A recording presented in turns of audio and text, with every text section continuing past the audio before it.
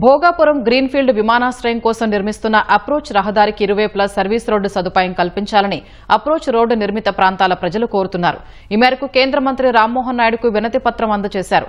Approach రోడ్డుకు ఇరువైపులా 40 అడుగులు సర్వీస్ రోడ్డు నిర్మించాలని విన్నవించారు. పరిహారం విషయంలోనూ పలువురికి అన్యాయం జరిగిందని కేంద్ర మంత్రి దృష్టికి తీసుకొచ్చారు. గత ప్రభుత్వ నిర్వాకంతో భూ నిర్వాసితుల అంశంలో లోపాలు, అవినీతి చోటు చేసుకున్నాయన్నారు. స్థానికులు లేవనెత్తిన సమస్యలపై సీఎం చంద్రబాబుతో చర్చించి పరిష్కారానికి చర్యలు చేపడతామని రామ్మోహన్ హామీ ఇచ్చారు. గ్రామ సచివాలయానికి రావడానికి మాకు ఇప్పటి వరకు కనెక్టివిటీ రోడ్ అనేది లేదు. ఇప్పటి వరకు మా పెద్దల్ని చాలాసార్లు కలవడం జరిగింది. రోడ్డు కోసం వేయిస్తాం అన్నారు, కానీ ఇప్పటి వరకు వేయించలేదు. తీరా ఇప్పుడు చూస్తే ఈ మాకు ఏదైతే దారి ఉందో ఆ రస్తా దారిని చిన్న కలవట్టని చెప్పి క్లోజ్ చేసి రోడ్డు వేస్తారండి. మాకైతే ఇంక ఫ్యూచర్లో మా సచివాలయంకి వెళ్ళడానికి మాకు ఇంక ఎటువంటి అవకాశం లేదండి. సో దీనికోసం మేము ఆర్డీఓ గారిని, కలెక్టర్ గారిని, ఎంఆర్ఓ గారిని అందరినీ కలవడం జరిగింది. ఎమ్మెల్యే గారిని కూడా కలవడం జరిగింది.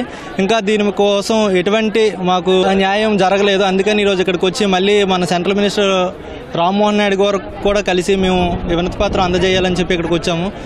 సో మాకు ఈ సమస్య పరిష్కరిస్తారని చెప్పి మేము అనుకుంటున్నాం. దగ్గర ఒక 50-60 మంది రైతులు అందమ్ములు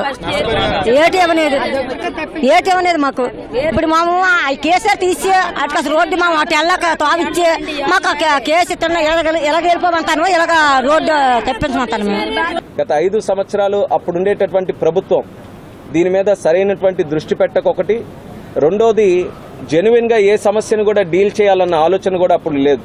అందుకనే ఏ సమస్యను పరిష్కరిద్దామని జెన్యునిటీతో మనం వెళ్తే ఎక్కడికక్కడ అవినీతి కార్యక్రమాలు కానీ లేకపోతే అవకతవకలు కానీ ఇవి కూడా కొన్ని కనబడుతున్నాయి. అయితే మాకు కావాల్సింది ఫస్ట్ పబ్లిక్ ఎవరైతే ఉన్నారో వాళ్ళకి న్యాయం చేయాలి. ఎవరైతే ఎయిర్పోర్ట్ కోసం కాంట్రిబ్యూట్ చేశారో వాళ్ళెవరూ కూడా నష్టపోకుండా ఉండాలి. ఆ ఉద్దేశంతో మేము కూడా డిస్కస్ చేస్తున్నాం. ఖచ్చితంగా అది చంద్రబాబు నాయుడు గారి దృష్టిలో కూడా పెట్టి ఈ ఇష్యూస్ని ఎలా సెటిల్ చేయాలో ఒక డైరెక్షన్ తీసుకొని ముందుకు కూడా నడుస్తామని స్థానిక ప్రజానికం ఎవరైతే వాళ్ళు కూడా దీంతో ఇన్వాల్వ్ అయి ఉన్నారో వాళ్ళందరికీ కూడా సభాముఖంగా తెలియజేసుకుంటున్నాం.